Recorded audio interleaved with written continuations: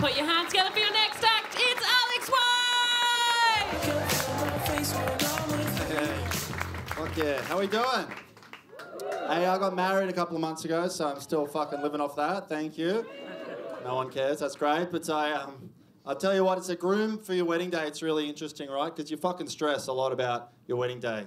You know, preparing for it, getting ready. You know, you want to look your best. You buy a new suit. You fucking comb your hair. You tuck your shirt in. You do it all, right?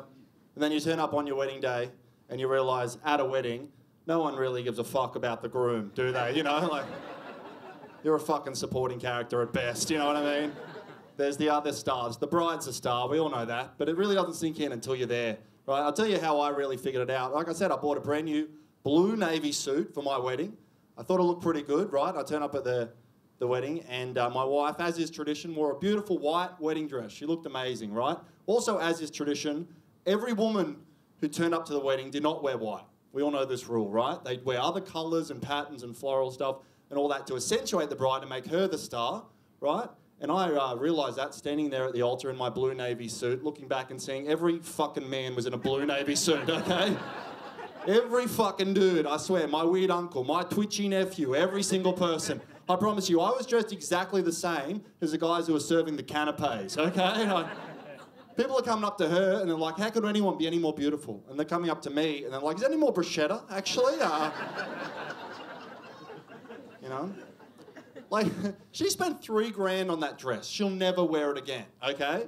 Like, 3 weeks after my wedding, I wore my suit to a job interview that was unsuccessful, okay? I asked a woman to say I do to me in an outfit that then got a no thanks from Harvey Norman, okay? That's how fucking sleek I looked, you know?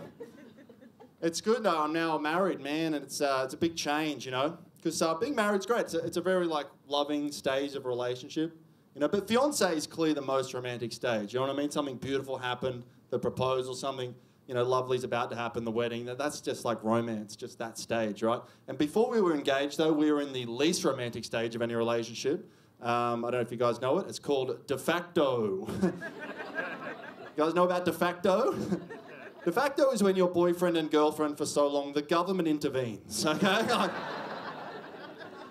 The government passed the law to deal with stagnant bullshit relationships.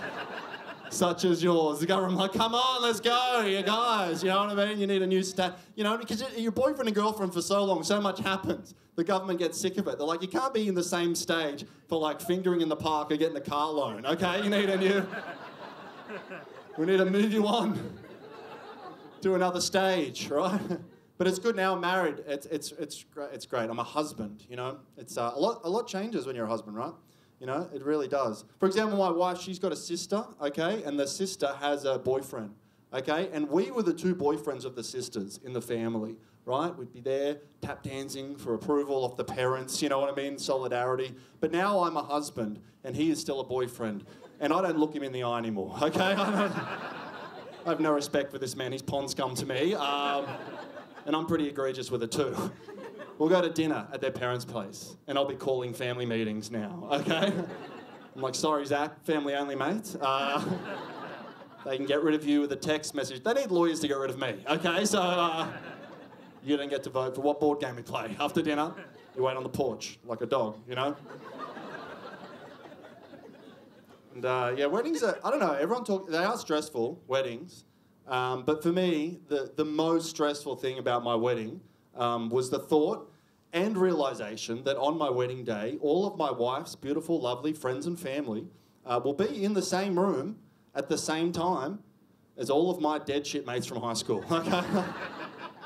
If you put a gun to my head and made me organise a meet-up like that, I certainly wouldn't do it on a night where there's an open bar either, okay?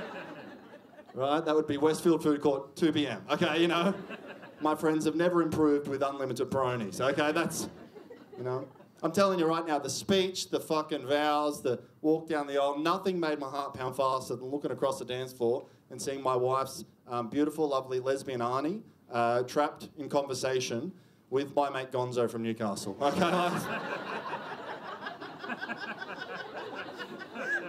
I was like, who put these two characters? Like, can we rewrite this script? What's going on here? Why is he showing her his calf tattoo? I don't like this. I've got a weird position in the world that made my wedding, extra stressful, right? I occupy a weird role, and that is because I am from Newcastle originally, now I live in Sydney, right? And so I've got two different groups of friends, two very different, distinct groups of friends, right? I don't mix and match my friendship group. Some people do, I don't. And on the wedding day, you got to fucking mix and match them, you know? They're all in the same bar line, no matter what you do, you know? And like I said, I got two, my Newcastle friends, and I got my Sydney friends.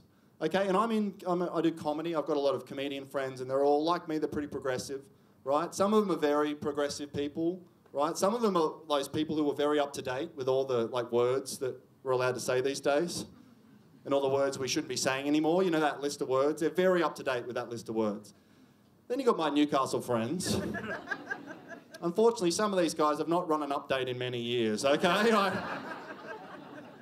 Couple of service packs behind, if you will, you know what I mean? They're not like bad guys, they're not saying the wrong thing intentionally to hurt people, they just genuinely don't know. They haven't got the latest updates, right? Because what my Sydney friends don't understand is when they come up with this new term or this new progressive or inclusive word, it doesn't just organically make its way onto a Hunter Valley building site, okay?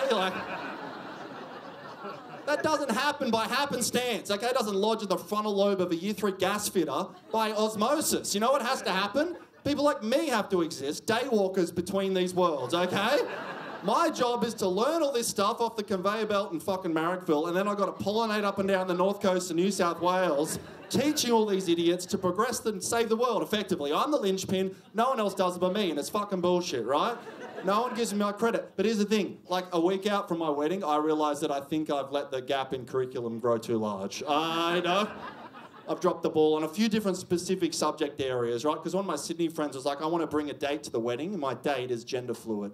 And I'd heard that term before, but I genuinely didn't know the difference between someone who was gender fluid and someone who was non-binary. I'd never really looked into the difference, so I couldn't understand it. So I got my Sydney friend to explain that to me, and they explained the difference to me, and I was like, yeah, that's very interesting.